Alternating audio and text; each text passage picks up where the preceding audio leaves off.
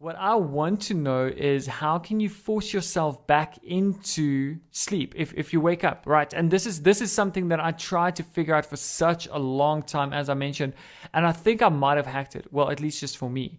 But maybe, and I think I'll include this as my tip. Maybe you guys can go and try it out, but this is something that has really taken me a long time to find the right combination. And I sort of had like one piece of the puzzle, and it sort of worked for me sometimes, and at other times it didn't work for me. And then recently I found two other pieces of the puzzle that just gelled perfectly with the third piece that I was holding the whole time. Hey everyone, welcome to the RLT podcast, where we share some real life tools, tips, and tricks to help you not only discover, but also reach your ultimate goals. What's happening, ladies and gentlemen? Welcome back to the Real Life Tips podcast, episode number 35. I'm your host, Mono. You're joined by Leon as usual. Welcome, everyone. Get comfortable. This is going to be another hour of insightful news. Hopefully not news, maybe just something that we've all experienced, we've all heard of. Maybe you are suffering from this right now. And we're just here to shed a bit more light, give you a little bit of information, maybe some empowering tools or something in order to deal with this if you are going through this. I take a bit, every single one of us at some point in our lives have gone through this. At the moment, I would say I've got a small case of it. I think there's a lot of anxiety. There's a lot of things happening in the world at the moment that's obviously making us anxious, maybe negative, and maybe just playing around with our minds. And we're constantly sitting and working through life and figuring out where you're going to be in a couple of years. Is everything going to be okay? Are the kids going to be fine? All this stuff. But I'm being vague, man. Just lead us in already, So what am I actually talking about? Are we talking about COVID again? Or what are we talking about this time? Nothing about COVID. We might actually just touch a little bit on that tonight. But as you mentioned, we're all dealing with this problem, or at least at some point in our lives, we've dealt with this. And tonight, it's all about the importance of sleep and how to deal with insomnia. Now, there's various degrees that we'll explore in this episode here tonight. I think it's an extremely exciting one for me because I've dealt with this in the past. And It's sort of become my life mission to find a fix for this. And I've been dealing with that for maybe the last 5 years, like hyper focused on how to solve this problem, because I absolutely hate it when I get into bed. I know I'm tired. I know that it's been a rough day. I know I've got a crazy day coming up tomorrow. And there's just nothing. Yeah, there's nothing I can do to switch off. There's nothing I can do to try and force myself into sleep or into deep sleep or anything. Like I've tried so many different things, and there might be some really cool hacks here that I can share from my personal life experience. But as always, it's the Real Life Tips podcast. So we will bring in some really great research. We're going to bring this in from two different angles, right? So we're going to have a look at 3 different types of insomnia. Now, I didn't know this. I didn't know there's different degrees or different types. I thought insomnia is insomnia, and some people just have it worse than others, right? Yep. But tonight we're specifically going to have a look at the research. We're going to have a look at the 3 types of insomnia. We're also going to have a look at it from the angle of what is the importance of our internal or our body clocks, and why does this play such a key or crucial role, and how does that actually impact our sleep patterns, and based on the type of body clock that we've developed over an extended period of time. So I think some really, really insightful things coming your way. Leon, it's going to be absolutely great looking into the research, sharing some amazing tips again at the end of this episode. So if you guys are joining us, if you're brand new to the show, welcome, sit back. This is going to be a great one because it's going to help you deal with your sleep issues, or at least to some degree shed some insight as to why those issues exist. See, I've got a very bad love-hate relationship with this topic, and I've had that relationship my entire life as far as I can remember, like at least from my teenage years. And I am probably the worst example of how you should look at sleep in your life. I have I have the worst sleep habits. And the funny thing is, I've done it for so long, I've kind of learned how to cope with it. And I don't think anyone knows it about me unless they know me well enough to know that I don't have any real good sleep habits or anything like that. And I know that what I do in my daily life is absolutely backwards and wrong. And I do not get the best out of my, let's say, cognitive capability in a day, probably due to the fact of a lack of sleep. But I've just got this really love-hate relationship with sleep. I completely understand the facts. I know the reading. I know a lot about why it's important to spend a third of your life wasted away in a bed, sleeping it away, just like burning through it. And that's the thing. Like, that's why I've got that hate relationship with it. And you know how many times on this show have I talked about how important time is to me and what I can do with my time. Hence the reason I've got this hate for sleep for its practical purposes. I would much rather just be completely awake permanently and have that as the normal. So I'm like the worst model case of what sleep should look like. So this episode is purely for me. I totally agree with you. And I think the one thing that pointed that out to me was you're so proud of it. When we first spoke of this, when we first brought up this topic, is you're so proud of it. You're like, you know what, man, like I can go to bed at 2 a.m. I'll be up at 6. I'll be busy and all that stuff. And it doesn't affect my life at all. But there was some really, really interesting stuff that I came across that I actually forwarded onto you a couple of months, maybe even almost a year ago, when we had this chat about it. And just the importance of sleep alone and how much that sort of snowballs, and it has an adverse effect on your life. And we and it's funny that you say that because yeah, exactly. And it's funny that you mentioned that, because the most important thing to you is your time, and the more time you have, the more things you can get done. And I fully agree with you on that. But here's a different perspective on that, right? Is how productive will that time be if you're not well rested? And there's so much research behind that, so many studies that have actually proven this, and there's a reason for this whole like 8 hours average, right, on sleep. And I think we've touched on this a little bit in the past. But one of the main things that happens, and this is according to research studies that have been done in the past, is they've proven that sleep is important not just for you to consume new knowledge, right, for you to be well rested and sort of have the ability to absorb new knowledge, but it's also extremely important for you to cement down any sort of knowledge that you have consumed during that day. And I think that is important, because it's weird how our minds work, don't you think? The fact that you come across all these different interactions with people and conversations and read things and listen to new things, absorb a ton of information on a daily basis, not necessarily knowledge, but just information.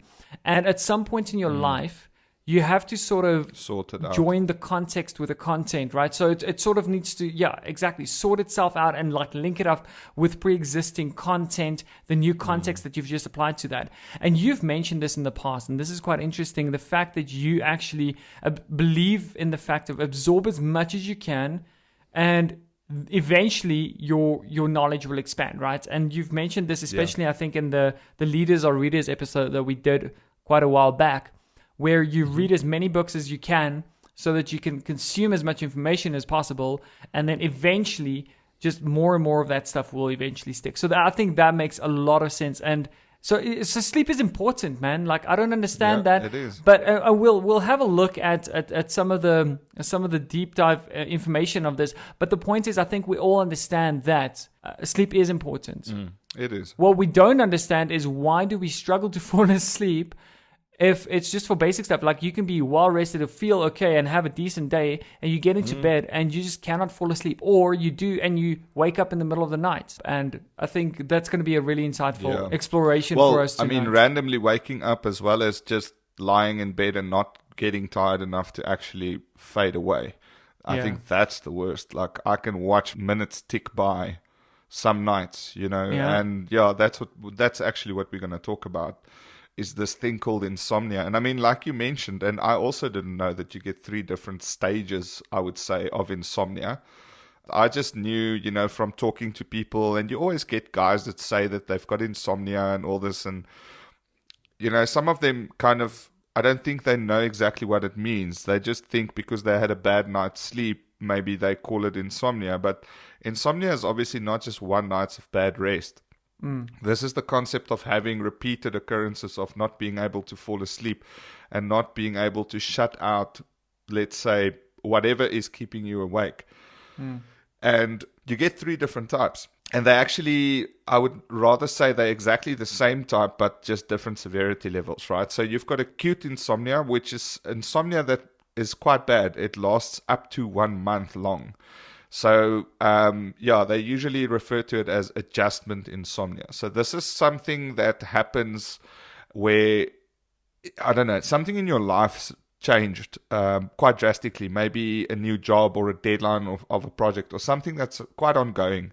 That's keeping your brain like occupied and stressed and awake, and you're busy like fixing the problem in your head permanently. I've had this definitely, but the next one is very applicable to me, which is transient insomnia. This is where you get insomnia, but it lasts for less than a week. So it's maybe like several nights in concurrence. But this could be caused by something very severe that happened that week that's keeping you awake. That's going to get, like, the deadline's close, or the fix or the resolution to that might be near, but it's keeping you awake. It could even be excitement sometimes. I mean, have you tried to fall asleep the day before you go on holiday? So it could be anything that's just occupying your mind. And then I really feel for this. It's the chronic insomnians or chronic insomnia, where it lasts, you could say almost permanently, but they say more than a month. So I would assume that it's people that struggle with this on the regular. And this is not short term. It doesn't go away. It comes in waves. It doesn't necessarily mean it's every night, but it's something that happens very regularly, more often than not. And you just really don't find it easy to fall asleep. And this will be something that's usually associated with something chronically medical that might be out of sorts with you, as well as obviously some psychiatric conditions and things like that might need proper treatment from a doc or a psychiatrist or a psychologist, someone that can actually properly figure out the root cause. So I really feel for these guys. I can imagine, like, as much as I don't enjoy sleeping or the concept of why we need to sleep, I can imagine if I couldn't get my sleep when I'm really tired, how bad and how terrible I'll feel. So it's very interesting. I mean, I really didn't know the 3 different splits, but it kind of makes sense that you get different severities. It's crazy, and I think it's so frustrating. I've been in those situations, and when you mentioned the transient, I think it's transient one, the second one.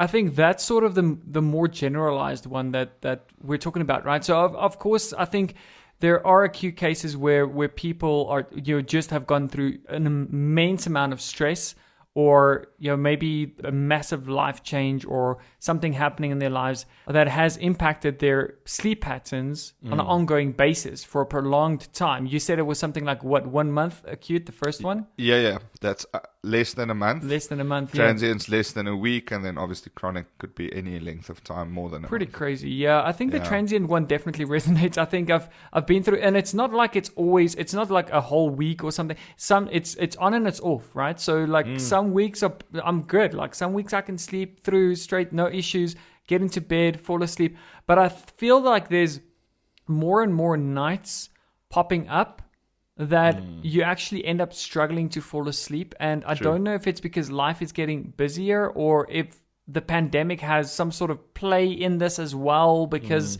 of the built up anxiety or something. I don't know. Or if it's the fact that we're not as active as we used to be, back in the day when we actually left the house on an ongoing basis, constantly interacted with people as well. So I feel like that might actually play a little bit of a role in here as well. Yeah, I think something that I've realized specifically for myself. Now, obviously, we are all going through the pandemic, and that's added stress and stuff. And stress is something else that takes up time in your day, right? It takes up time, it eats away on your energy levels.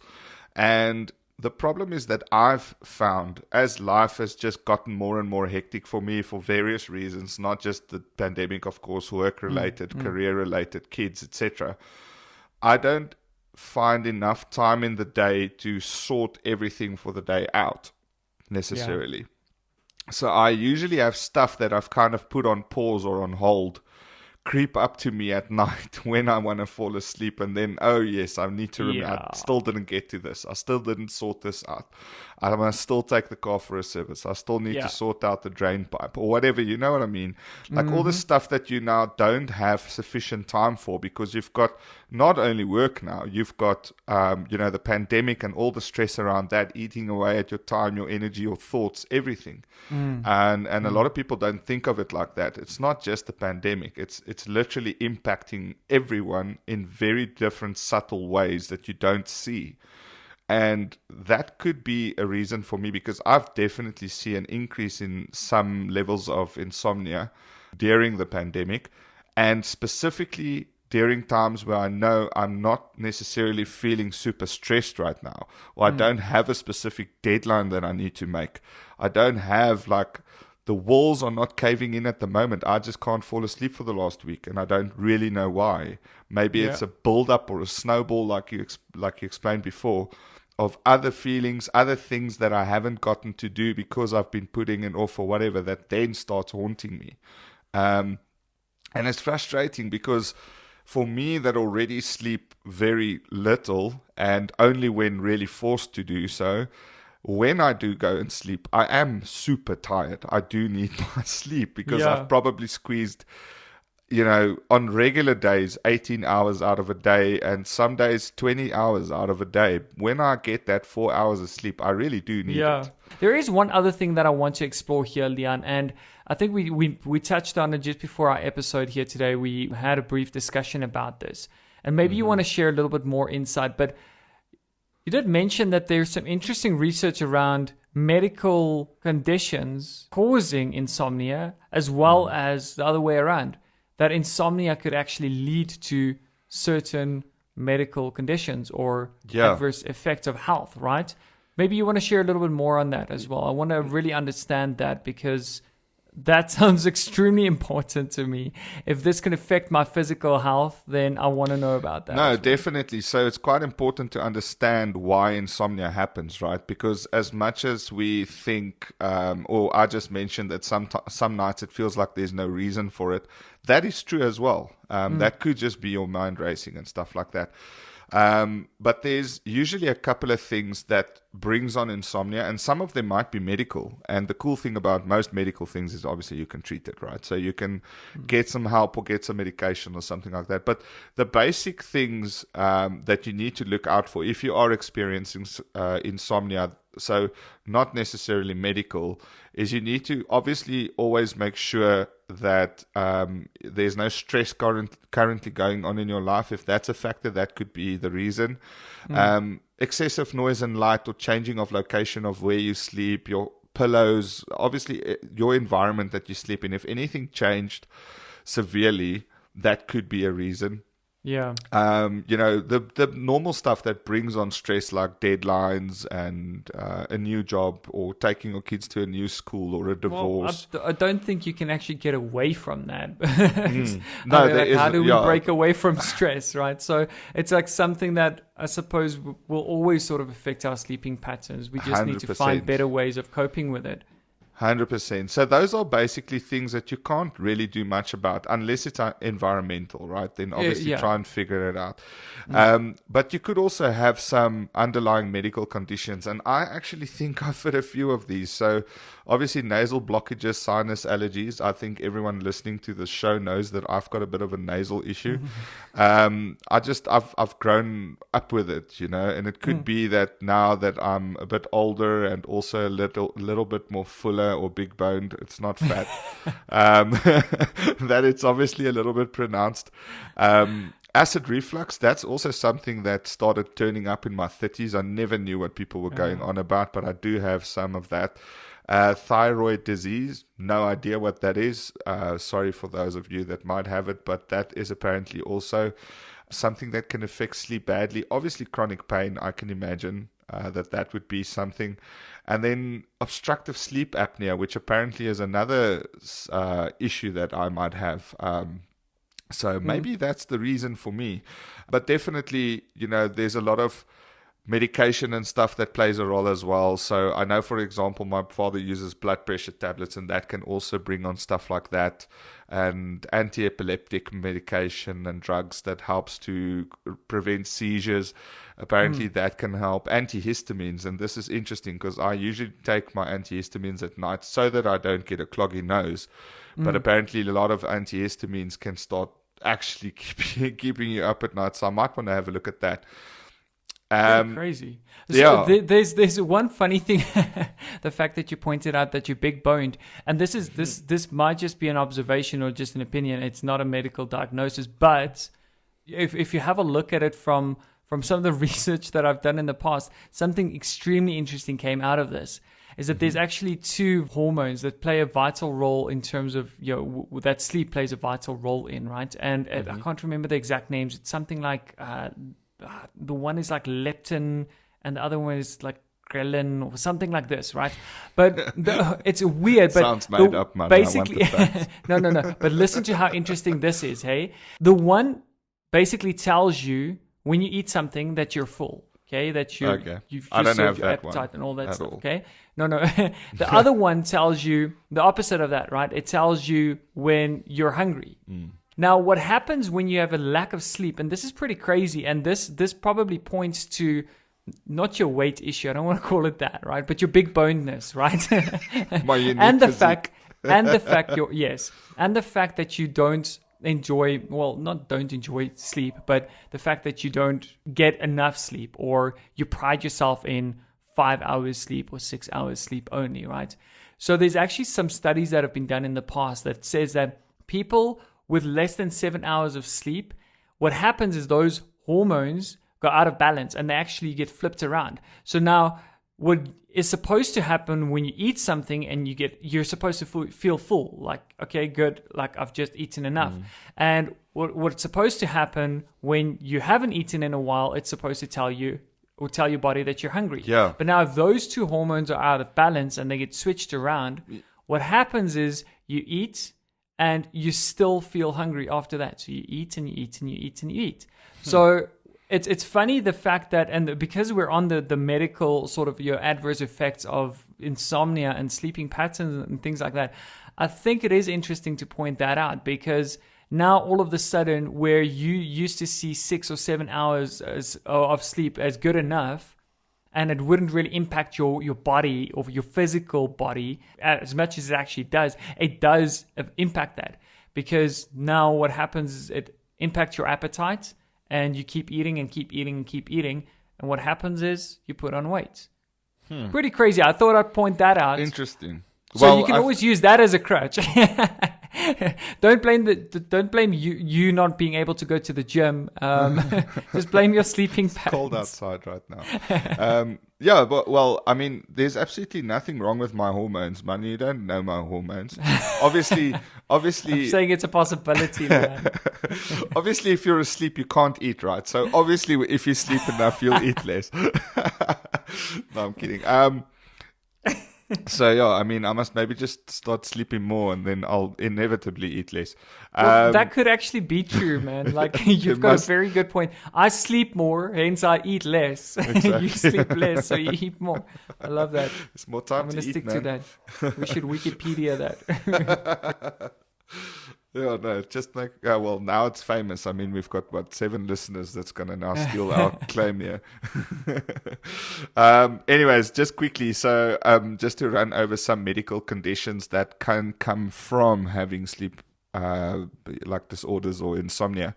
And I didn't know these, so I'm actually just going to quote you. I'm not even going to talk too much around it because I am absolutely not skilled enough. But apparently, you can start having a higher risk of having strokes, all right? Which is, That's serious. Asthma attacks. All right. Obviously, if you already suffer from asthma, I assume, again, I'm not a doctor. Seizures. So a lot of brain-related stuff, eh?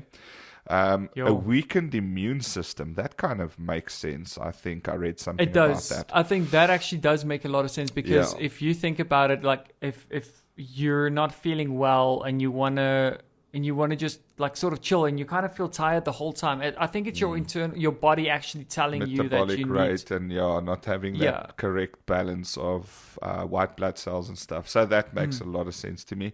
Sensitivity to pain. I don't feel pain. I'm like indestructible. Inflammation. All right. I'm assuming that's if you sit a lot. Obesity. So yes, I can attest to that one. Diabetes, probably also true. And then high blood pressure and heart disease.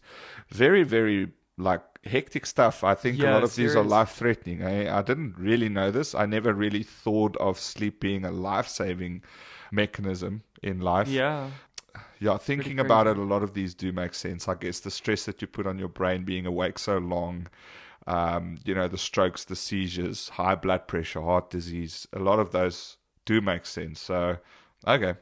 I thought, being awake would be good for your health because you're not sleeping. You're actually constantly doing stuff, so you'll be more fit. My logical brain got the better of me, and it shouldn't do it when it's about medical stuff, I guess. Yeah, and I think it's something that snowballs, right? Because, and I want to go into this as well, but it does eventually affect your body clock or your internal clock. And I want to touch a little bit on that, because once you form this habit of saying, 4 hours or 5 hours or 6 hours of sleep is good enough for me, it starts feeling like it's good enough. But science has proven that it isn't good enough. There's a reason why everyone says 8 hours of sleep or 7 hours, between 7 and 9, I think is a good amount of sleep, right? And it's because it actually does have, I think that's the bottom line. It has an adverse effect on your health. Bottom line, that's all you need to know. Don't think you have to stress about all of the different effects that it could have and the diseases and stuff and immune and all of those things that could affect your life. But I think the bottom line to remember here is just that sleep is important. Science has proven that it's important. And even though you feel good on 6 hours of sleep, it's going to snowball not only into your health, but into your mental health as well, because there's a lot of science and a lot of studies proving that sleep deprivation could actually throw off your mental state or mental well-being as well. So I think it's important, and it's such a good topic for us to touch on tonight, is how do we deal with the instances that are outside of our control? How do we deal with not just our sleeping patterns? Because I'm extremely good with that. I mean, I can go and I can say every night at 10 p.m. I'll be in bed. By 11 latest, I'll be passed out, right? So I give myself like that hour at least to sort of unwind and wind down and things as well. But as much as that, my sleeping patterns and habits are in my control, what happens if you wake up in the middle of the night? How do you stop that? How do you prevent that? And I think that's going to be interesting for us once we get to the tip section. But for now, I think it's important to note that those things form habits. And just because you feel good on 6 hours of sleep doesn't mean it's good for you. And what you're also doing is you're throwing off your body clock. Now, I know, Leon, that you've got some insight that you can share on this body clock and what we mean by this body clock. I've got a basic understanding of it. I know that my internal clock will tell me sort of more or less what time of day it is. Some days I just feel tired around 3 p.m. Other days I feel good. But it's sort of like a gray area for me. Can you share a little bit more insight on what is a body clock and why does it play such a key role, and how does that affect our sleeping patterns as well? This is some very interesting stuff as well. So I think a lot of people talk about body clock in the sense of routine, so if you routinely go to sleep and you routinely wake up and you routinely take your first breakfast and and a lot of that is true. You kind of condition your mind around what to expect and what's coming. Which is more training the mind on, again, expectancies and some stuff that can be foreseen. The interesting thing is that the body actually does have its own clock. Even if you black out an entire room and you keep everything dark, your body will still go through the same kind of clock day after day after day. It doesn't matter how long you do that for. And that's all got to do with what the scientists, the clever people that figured this out, call the circadian clock. All right. And for example, in a mouse, which is similar to us, it's a 23.5 hours cyclic type of event. And it actually has to do with the cells in your body. So it's an intracellular clock of how cells, they basically say express themselves through a cycle. So your body kind of mimics that. It's not just a saying, and a lot of people say, yeah, but we thought about time and we came up with time. Not really. I think if you think about the whole cycle of everything in life, the way that the moon comes around us once a day, the way that we go around the sun every 365 days, and so on and so forth, everything has a cycle, right? And it's not just by chance. And by understanding this fact that your body actually has a molecular cycle itself within you, which you've got zero control over, that is where this body clock mechanism comes from as well. And again, now you've got your eyes as your top stimulus for, cueing what's happening, what time of the day it more or less is, etc. And that is already a cycle that you have gotten used to over years and years and years, of course, of doing the same stuff every day. So the body clock is going to do what the body clock wants to do. Whether you know what time of day it is, your body clock is still going to run itself. So that's the problem. If you start throwing your sleep out, you can see it's 10 o'clock, I should feel fine. You can see it's 3 o'clock, I must still be fine. But if you didn't do the sleep thing right, for example, and I've started noticing this, I spoke to you the other day, that by 4 o'clock in the afternoons, after I've now been ill with the wonderful pandemic, I feel bushed, like I'm completely very, very, very tired. And I'm hoping that it's that.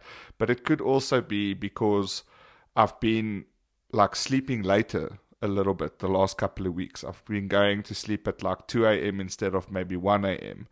And that I start running out of that energy at a different level. Even though my mind knows usually at 4 I'm fine, my body clock is telling me, buddy, something is out of sorts here. Something's not in balance. There's nothing you can do about it. Have you ever felt tired? Was there anything you can do except sleep? Well, I mean, you could take all of these pills and vitamins and stuff, but to be honest, none of them. I've done those. So they don't work for me. No, they don't. And look, this is a very funny topic as well, is that most of those things give you a boost, I would say, of energy, very fake short-lived energy.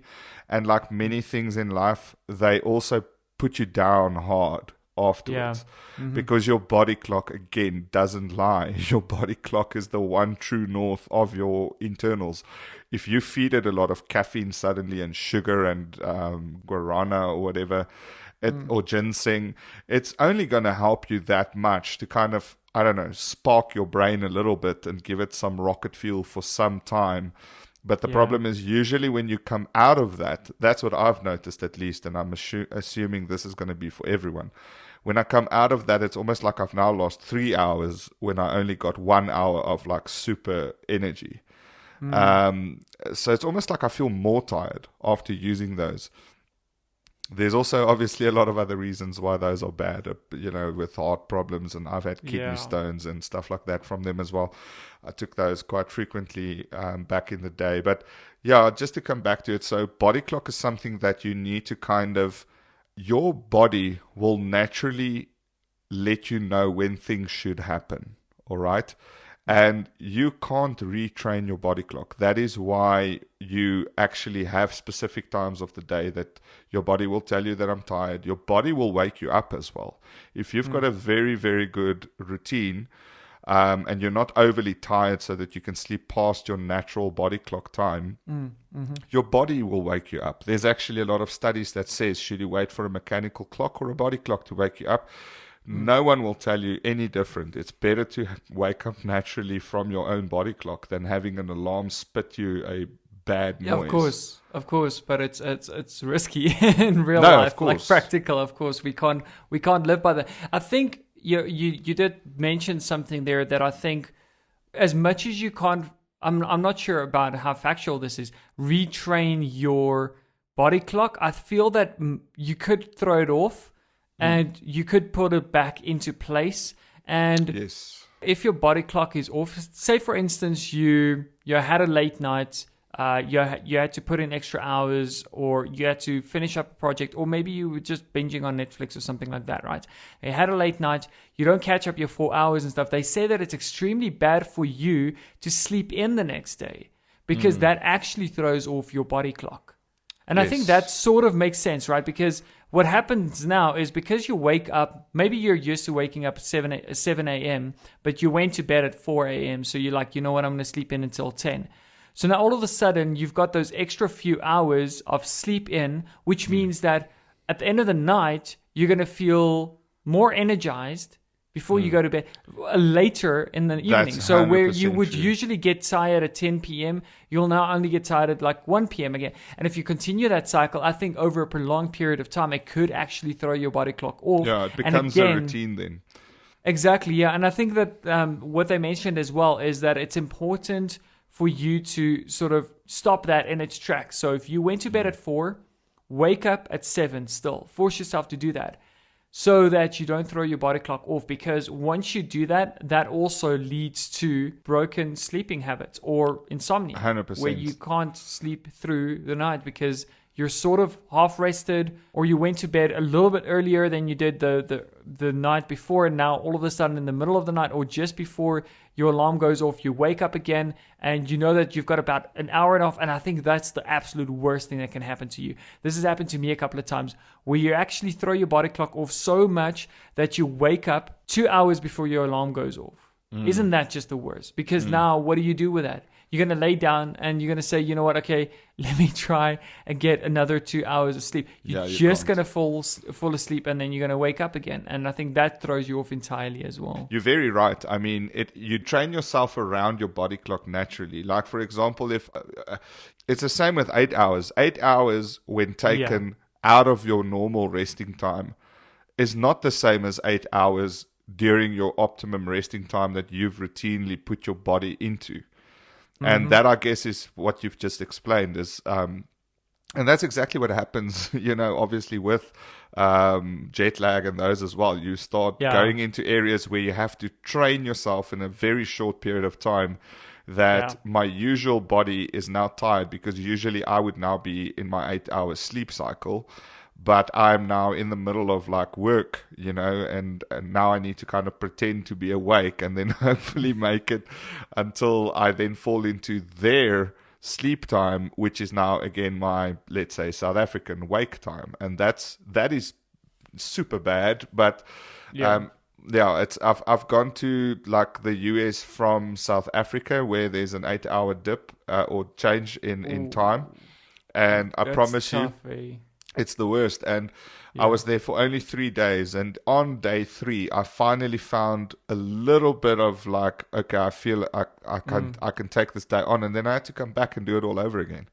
Yep. So I think, it's torturous, man. It's very, very horrible. Difficult. Yeah. You never ever feel good when that happens. So I think now that we've covered sort of insomnia, we had a look at two angles of it, right? So we had a look at the 3 different types of insomnia. We've also had a look at the internal clocks, or the body clocks, and the importance of that. I think it's now time to address the real life tip for today. So that we can actually share some tips, like how do we deal with this now, right? How do we actually fix this? Is there something that we can do to sort of force ourselves into you're back to sleep? I know, like, obviously, I think there would be some ways that you can avoid insomnia, like, altogether, but I think it might differ from person to person. What I want to know is, how can you force yourself back into sleep if you wake up, right? And this is something that I tried to figure out for such a long time, as I mentioned, and I think I might have hacked it. Well, at least just for me, but maybe, and I think I'll include this as my tip. maybe you guys can go and try it out. But this is something that has really taken me a long time to find the right combination. And I sort of had like one piece of the puzzle, and it sort of worked for me sometimes, and at other times it didn't work for me. And then recently I found two other pieces of the puzzle that just gelled perfectly with the third piece that I was holding the whole time. So let me share that with you as my real life tip, Leon, and then I'll hand over to you. It's something that's really, really cool. So it's going to be very difficult to explain, right? But it's almost like a form of meditation, and I think meditation will come down to the tips anyways, is that obviously I think we've heard about so many different apps and things that help us with meditation, and it absolutely makes sense to me that meditation would help you fall asleep or help you relax and put your body into a more relaxed state, because then you can fall asleep a lot easier. So there's this weird sort of meditation technique that I've tried for maybe the last 4 or 5 years, where you sort of just focus on the deep darkness, right? So, and it's extremely difficult for you to switch off your mind at first. But once you practice this over an extended period of time, you actually get used to just staring into the darkness and just bring your mind back to that. But that didn't ever work for me on its own. So recently I discovered this thing called Headspace. I think you've probably all heard about this. It's just it's a meditation app. Really cool. But what they did is they actually put some stuff up on Netflix. And the one night I was scrolling through, I know I've got a TV in my bedroom. I shouldn't. It's actually one of probably the leading causes to my insomnia most nights. But nonetheless, it's something that I have to deal with. My girlfriend loves watching TV in bed while we fall asleep. I've tried to get her out of that habit. It doesn't work. So anyways, I came across this Headspace Guide to Sleep. It's on Netflix. If you guys want to go and check it out, I'll put that up as a tool. I'll try and link it in the show notes. But it's called Headspace Guide to Sleep. Now, they've got a bunch of different meditation exercises or wind down exercises. And I've played through a few of their episodes. There is a caveat around this, and it's that the episodes are pretty much like 15 or 20 minutes long. So it constantly, you just start feeling relaxed, and then it goes into the next episode. So if you can get around that, maybe just do one episode and then switch off the TV, or you switch off your phone or something like that if you're listening to it on your phone, and then actually try and just go to sleep. But there's two techniques that came out of that for me. One of them was breathing, right? A breathing exercise. So if you don't have access to Netflix, let me quickly take you through it. So they basically say that you have to breathe in for 4 seconds. So breathe in 1, 2, 3, 4, and then hold it in for 4 seconds. 1, 2, 3, 4, and then breathe out for 6 seconds. And you continue doing that a couple of times. And what that actually does, and I think it makes a lot of sense, I think it slows down your heart rate, because now you're breathing in a lot slower as usual. And then what happens is automatically you start feeling more relaxed, right? So that's the first piece that worked for me, that actually helped. I'll tell you exactly how I tied those three in together. So it was the breathing exercise. There was another episode that they actually did a counting exercise where you start counting down from 999. So you go 999, 998, and it's quite frustrating when you think of it, or when you first hear of this, because you think, what happens if I get to 1? Because sometimes it takes me forever to fall asleep. Now, here's where the trick comes in for me. Something that worked for me in my life, right, is piecing those two puzzles with my one puzzle piece of sort of meditation, focusing on the darkness. Just when you close your eyelids, just focus on what you would see in just the darkness, right? Now, obviously, you won't see anything in the darkness, but here's the one thing that I did with regards to that, is I start off my process, get into bed, and the first thing I do is I do the breathing exercise.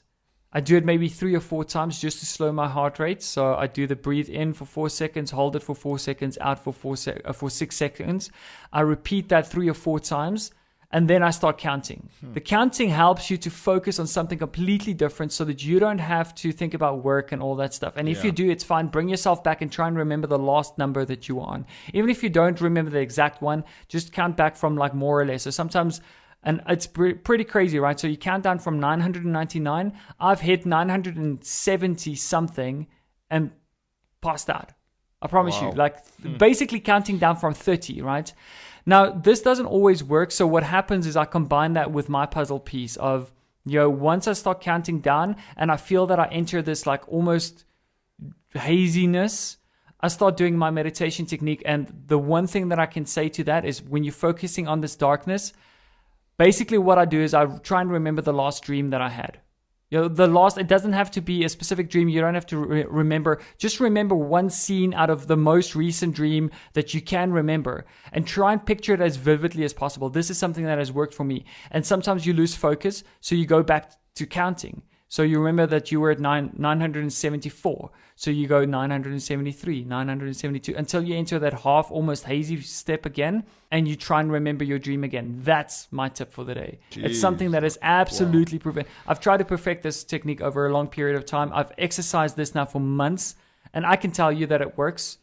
It might not work for you, Leon, but go and try it, man. That's freaking awesome. I think you shouldn't have just given that away for free. We need to find a way to make money from that, because that in and of itself makes a lot of sense. I've done the breathing as well. That does get me rest. Like, it gets me super calm and relaxed. And it also makes me, like you said, it kind of makes me go into a space of nothingness where I then don't think about the issues and stuff anymore that much. I've never ever tried the counting thing. I mean, I still remember a Mr. Bean episode where he would literally sit and count the little sheep on the side of his bed. So I've never ever thought that could definitely work. But I guess it does. It's just to distract you from whatever's actually keeping you awake, right? That's it. So you actually stole that one from me. Did you see my show notes or something? I didn't.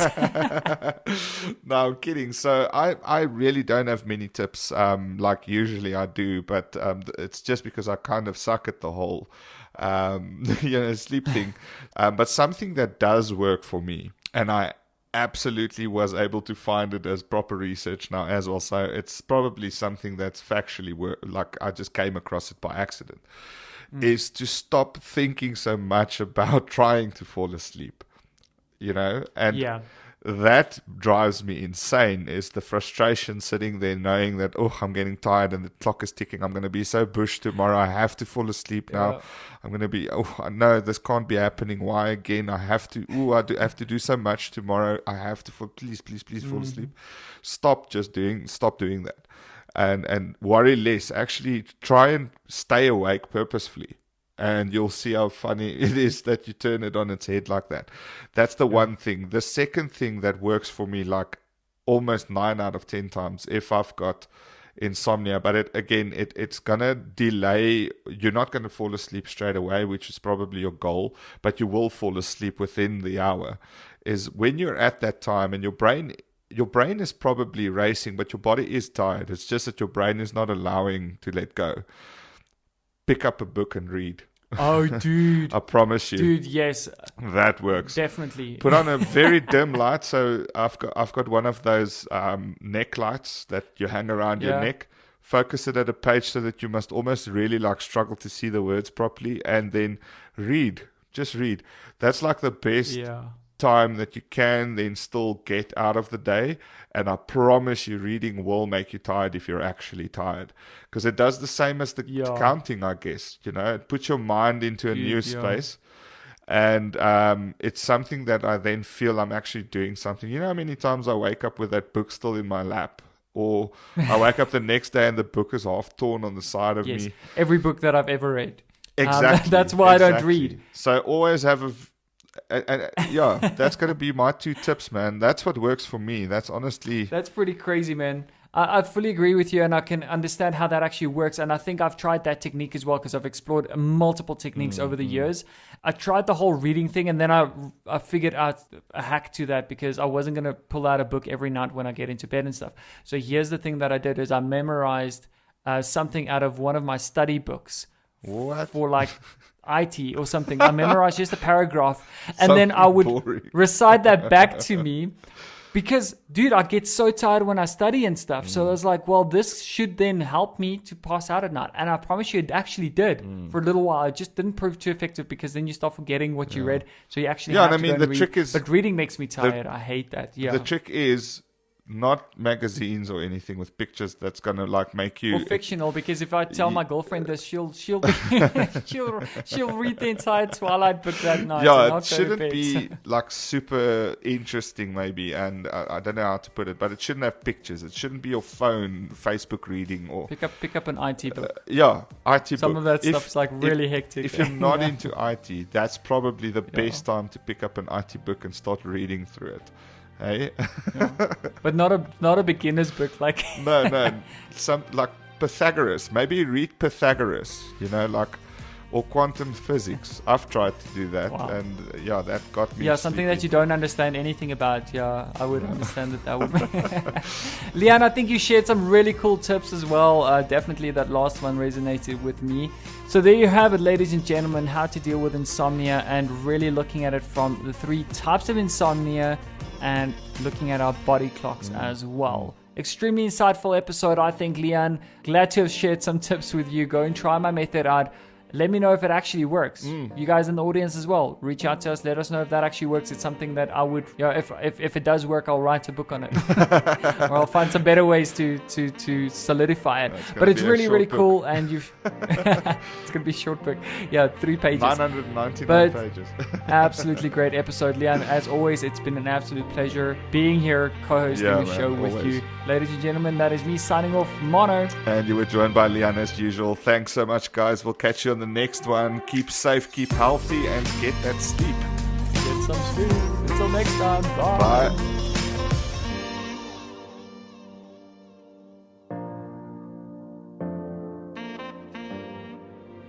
Ladies and gentlemen, thank you so much for joining us on this episode. We really hope that you have found inspiration or motivation from our content this far. If you want to get access to sneak previews to our upcoming shows on a weekly basis, go ahead and subscribe to our YouTube channel or join our Facebook page, where we also share our blog posts and other great content from time to time. So head over to our Facebook and YouTube channels and feel free to share it with your friends so that they can also join you on the journey to success. Until next time, guys, cheers.